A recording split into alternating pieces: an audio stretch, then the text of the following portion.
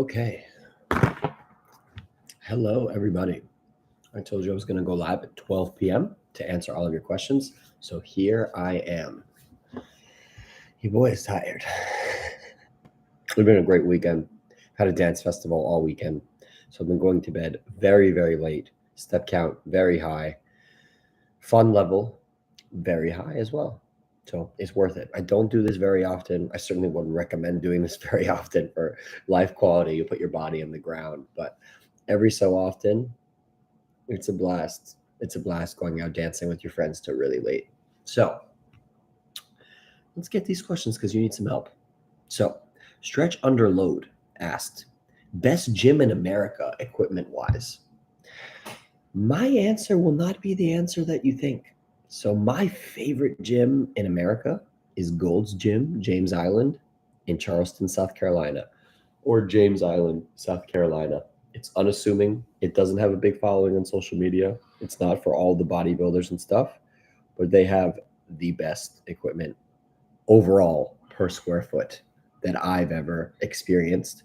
And it's cheap and it's quiet and people aren't getting in your way and people are nice and friendly and it's great. It's my favorite gym in America, more than Gold's Gym Venice, more than all the gyms here in South Florida, Miami. Um, mm, there's also Quads Gym in Chicago. Quads Gym in Chicago is also very, very good. I think Ed Cohn trained there, or maybe he's involved in ownership in some way. I don't know, but that's another very good gym. I've never been to any of the legitimate gyms in Texas. People said that place is great. Never been. And I've also never been to Exile Fitness, which is in Maryland. That one is also supposed to be fantastic. Ethan.sprague5 asks, what matters most, assuming both are high quality, volume or frequency? Volume or frequency? I don't really think that you can have one doing well without the other, but if I had to choose one, because I'm not going to be stupid and be like, oh, well, they're both. No, I'll choose one. I would think that volume would be more important than frequency. So if you're picking the right amount of volume, but you're not training that muscle group very often, I think that it probably will be a better muscle growing experience than having a really high frequency with really low volumes or with volumes that you can overly recover from or not recover from. I would choose volume, but I think they are king and queen, and one cannot really live their best life without the other. Untitled_2020 for foot placement for Smith machine squat. How far in front of you do you recommend? It's a good question. I've talked about this a fair bit on my Instagram. You only want to have your feet marginally in front of the bar. So many people take the name feet forward and run with it with too far of a distance and really, really walk in front of the bar and almost develop a complete perpendicular 90-degree angle with themselves and the Smith machine itself. So when they squat down to this.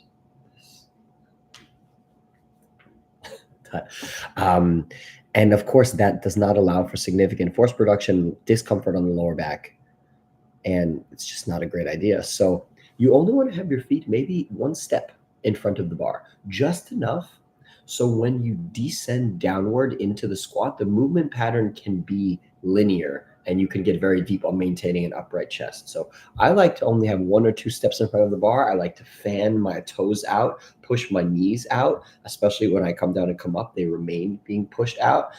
And you don't need to have too narrow of a stance. I like to take a narrow stance, but that's just me. It's what's most comfortable. But just pick a narrow enough or wide enough, whichever direction you want to go, of a stance where you can produce significant force and keep tension in your quads while maintaining an upright chest and not allow the sit back with your hips. Untitled_2020 asks another question. Also, your favorite lat exercises to fully develop those wings. So that would be a function of a vertical pulling exercises because horizontal pulling, aka rowing, is more so involved with thickness of the back musculature, whereas vertical pulling exercises help with the wings, the cobra, the Batman cape. Gotham has shown your true Batman has shown Gotham your true colors, unfortunately. Yeah. Okay. So my favorite exercises for back with, in no particular order, are weighted pull-ups with any grip variation that feels the most comfortable for your elbows, pull downs in the 10 to 15 rep range specifically, cable and machine pullovers also in the 10 to 15 or 15 to 20 rep range, and assisted pull-ups in the 10 to 15 or 12 to 20 rep range, assuming you have access to a really good assisted pull-up. Sorry, I just had breakfast.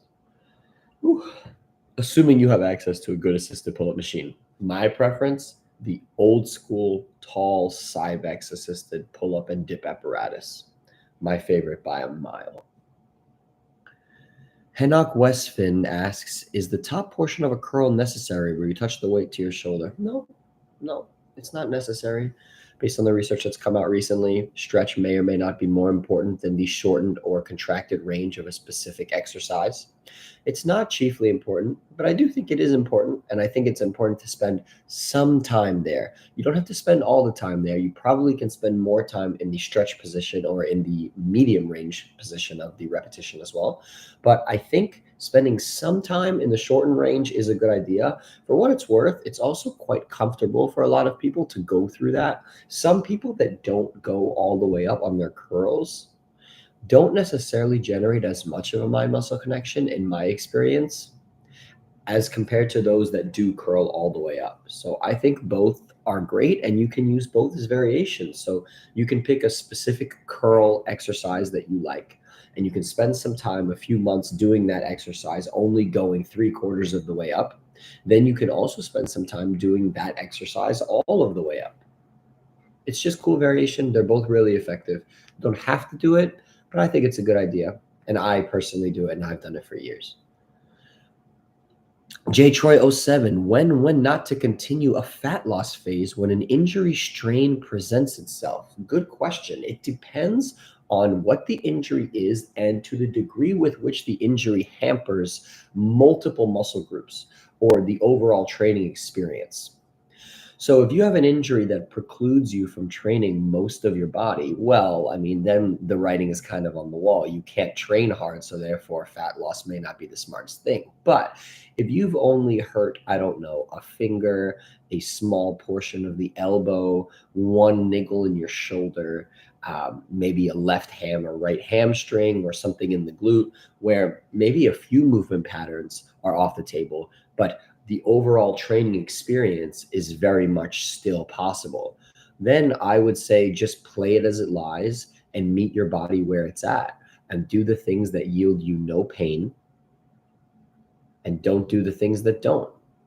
This really can be problematic. And I don't know if this is you, Jeremy, but this can really be problematic if you hurt yourself in a way where you can't do cardio. That's annoying, right? Because having a step count or having a decent amount of activity is tantamount to fat loss.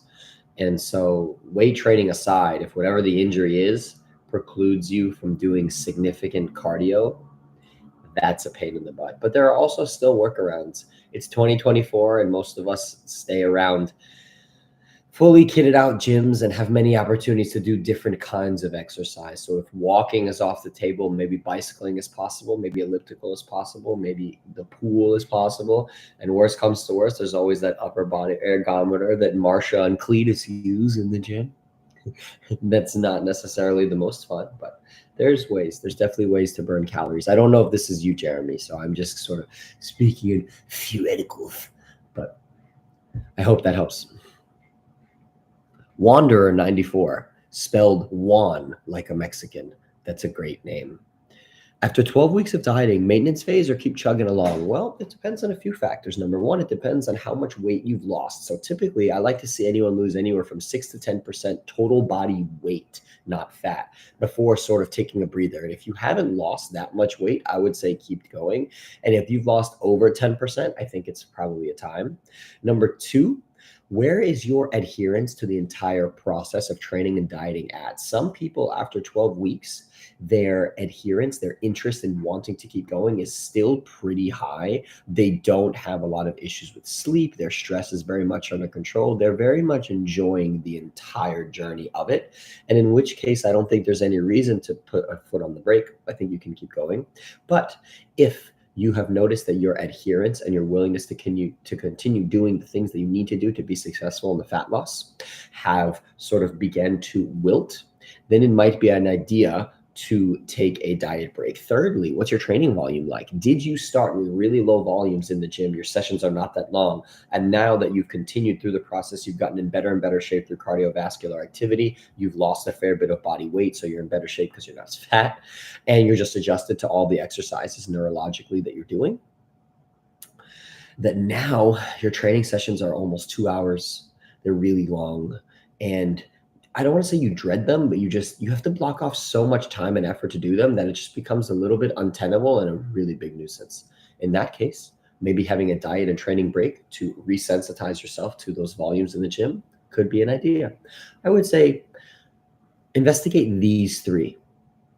And once you have those answers, then decide.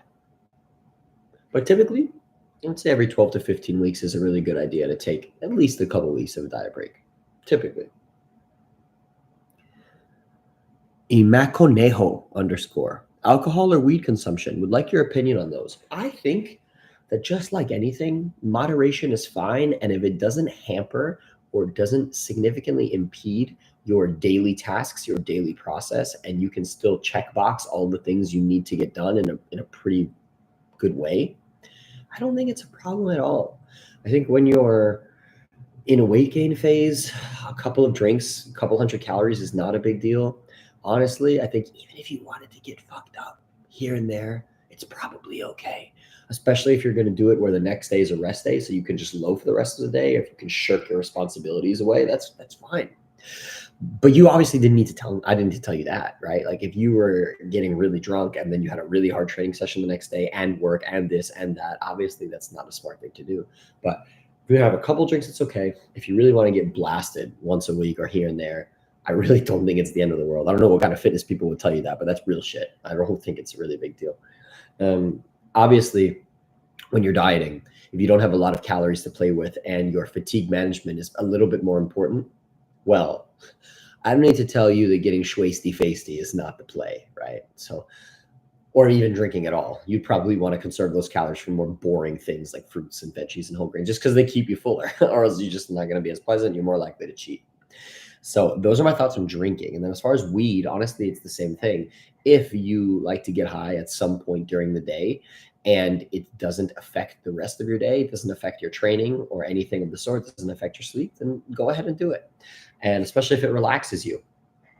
But if weed has the effect on you that it has for many people, where once you get high, you can't get anything done and you're just become a whole sack of potatoes, well, that's probably not a good idea.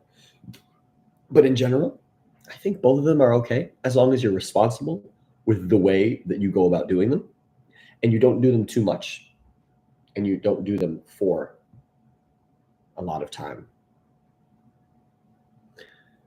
Mario Seppi, any tips for a home gym? Oh man, tons of tips. It really depends on how much money you have and the space that you have.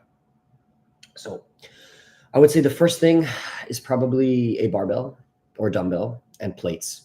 Then after that, an adjustable bench. And between those 3 or 4 things, you can really get a whole lot done for every single body part.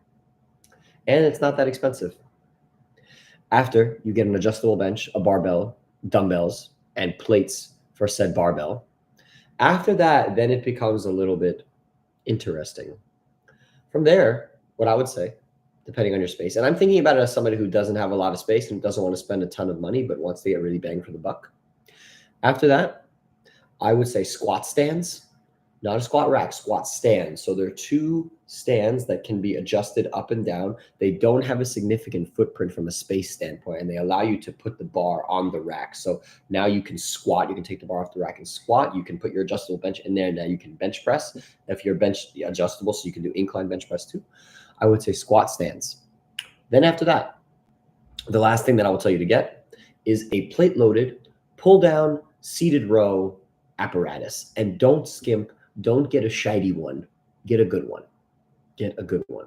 There are so many things that you can do on this. Of course, all of your pull down variations. You can do push down variations. You can do seated cable rows. And since you also have the pulley from the bottom, you can do cable curls, you can do upright rows, you can do lateral raises. Depending on how the machine is built from the top, you can also do pullovers. If you are training glutes directly from the bottom, you can do kickbacks, you can do abductions, adductions. There are so many things that you can do. And from what I've named so far, this is the bedrock. This is what I would say is a pretty solid home gym. And then after that, maybe you want to get some specialty bars. So barbell, dumbbells, plates, adjustable bench, squat stands, plate loaded, pull down, seated row apparatus, and then some specialty bars. So a cambered bar, a safety squat bar, and an easy curl bar. And that's a really solid home gym without breaking the bank. Bear that in mind. Monterey CK, can you give an example of how exactly you compare performance over the weeks and when to deload? Yeah, absolutely. So when I am typically programming for myself and programming for other people, of course, there are many variables that you can manipulate and many variables you want to keep static. So what I choose to manipulate is I like to add load week over week. And I like to add sets so long as the person can recover from it, has the time to do it, and wants to do it. And I like to keep my repetitions fixed the same. So this is the variable that's not changing. So this is how I can sort of see my performance. So if I'm starting at, let's say, 100 pounds week 1 for 3 sets, and I get 10, 9, 8. Let's just keep it really simple. And so as I add load week over week, and as I may or may not add sets, I'm looking to match that 10, 9, 8 number or get really, really close. And if I notice that my numbers are falling significantly out of that 10, 9, 8 range, then by definition, I would call that an underperformance, an inability to recover. Now, I'll usually allow myself a buffer of 1 or 2 reps because fatigue accrual week over week is a thing. And I'm also using heavier and heavier loads. So fatigue has a way of masking your overall fitness and performance. So a significant drop for me would be an under recovery, but a small degradation in performance, as in a drop off of 1 or 2 reps, overall I would allow. So if I'm doing 10, 9, 8 with 100 pounds week 1, and by week 4, I'm using 130 pounds and I get 9, 8, 7, for me, it's still okay, especially because I would probably say I'm in the 6 to 10 rep range, which is what I would program. But if I start at 10, 9, 8 with 100 pounds, and then I'm using the 130 pound, whatever it is, week 5, and I get 8, 6, 5, to me, that's not okay. To me, that's an underperformance. And at that point, I would assess, and I would either do a deload or just take a couple of days off and try again, or cycle the movement out. So for me, it's a function of a more than 2 repetition drop off from the initial week's performance in the context of still using heavier loads and potentially more sets. I hope that makes sense. Cesaris Juris, I'm losing motivation to train hard in the gym. Do you have any advice on how to reignite the inner fire? Yeah, I absolutely do. So again, this is also dependent on your training age. And I don't know if I've heard a lot of people explain it this way, but if you're the kind of person that has always enjoyed training and you've been training for a while, years and years, and you just notice in the last few weeks your training motivation has waned, at that point, I would say take a couple of weeks off. At that point, I would say take a couple of weeks off. I don't think that it's a willpower thing at this point. At that point, I think that would be more so a function of you're probably carrying a lot of training fatigue and you probably just need some time off. And then usually that has a way of rebooting or resetting the system, usually. Now, if that's not you and you know you should be training and your motivation to train is just really low, but your fatigue is not really that low, you just don't want to do it, well, then you also need to look in the mirror and say, do I really want to do this anyways? Like, nobody is making me do this. Nobody cares about this but me. So if I'm not going to do this, does it matter? And will I be upset at myself? Do I really care, right? This is a hobby at the end of the day, you know? If you were picking up an instrument, say you wanted to go learn and play piano, and You thought to yourself, man, I don't want to play piano today. Great, then don't fucking play the piano. Nobody asked you to play the piano. You don't have to do it, right? Unless this is the kind of person who needs to train, exercise, lift weights, diet for their health. But that's a whole different story. The people that generally follow me are not in that position. It's usually just recreational. They just love it. And they're all in shape anyways, or close to being in shape. So just overcoming flu, that might have been the issue. Yeah, dude. Like, yeah, it's because you're sick. And if you had the flu, sick, and you're just coming back, you need to be very ginger with yourself with how you get back into the process of training. Because if you come back into it too soon, the injury risk is really, really, really high. So be careful with yourself, be honest, be kind to yourself. And you could start back really slow, even if it's once or twice a week with really submaximal training. And after a few weeks or a few months, you'll be bigger and stronger than you ever were. And you'll be like, man, I don't even remember being sick. So, okay, that makes sense. He cut me off, but that's okay. I was going down a different path. Deja Wino, is high quality gym equipment correlated with better gains? It could be. To be honest, if you have high quality gym equipment, that presupposes in your question that the lifter knows how to do high quality technique. So what good is really good gym equipment if you don't know how to use it, right? Like, what good is a hot girl if you don't know how to take care of her, how to have her live her best life? So it can be, if you really know how to lift weights and you know how to work the machines for all that they're worth, then it can absolutely correlate with better gains. I mean, the better a machine is made, the better your mind muscle connection is going to be, the better your stimulus to fatigue ratio is going to be, the less injury risk that you have, and the more comfortable your joints, tendons, and ligaments are going to feel. So technically, yes, but you need to know how to do the thing. You need to know how to lift weights. Vaxer _ moderately sick, headache, sneezing, muscle weakness. Is it deload time? How to approach it? Headache, sneezing, muscle weakness. Yeah, so I found that muscle weakness is oftentimes correlated with mild fever.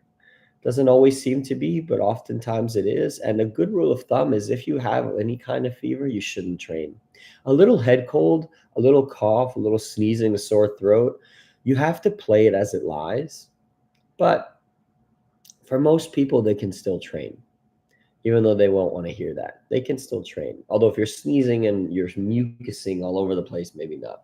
Fever is usually the determining factor that I find. Whereas if you have any kind of fever, any kind of muscle fatigue, or just general malaise, then taking the time off, not going into the gym, deloading is the play. If you have just a typical head cold, play it as it lies, but I think you can do it. I think you can. Let's see what else we got here. Somebody sent me a video question. I can't answer that here because I didn't save that. Yeah. So today was a quick one. This is all I got. Today was a nice shorty one. I am going to enjoy my Sunday. This is I only woke up maybe 45 minutes, an hour ago, something like that. So we went out till late last night. It was a very good time. But I'm going to be posting this up now. So all of you that asked your questions, this will be up here. Appreciate you tuning in. As always, please subscribe, enjoy. And if you want me to answer your questions, you can always ask at Shimmy93 on Instagram, or here, SHIMMY. Thank you for following along. Have a wonderful weekend. Be safe. Enjoy your loved ones. Love on your significant other. Take care of her or him in that way. You know what I'm talking about. And I'll see you in a few days for another Q&A. Catch you later.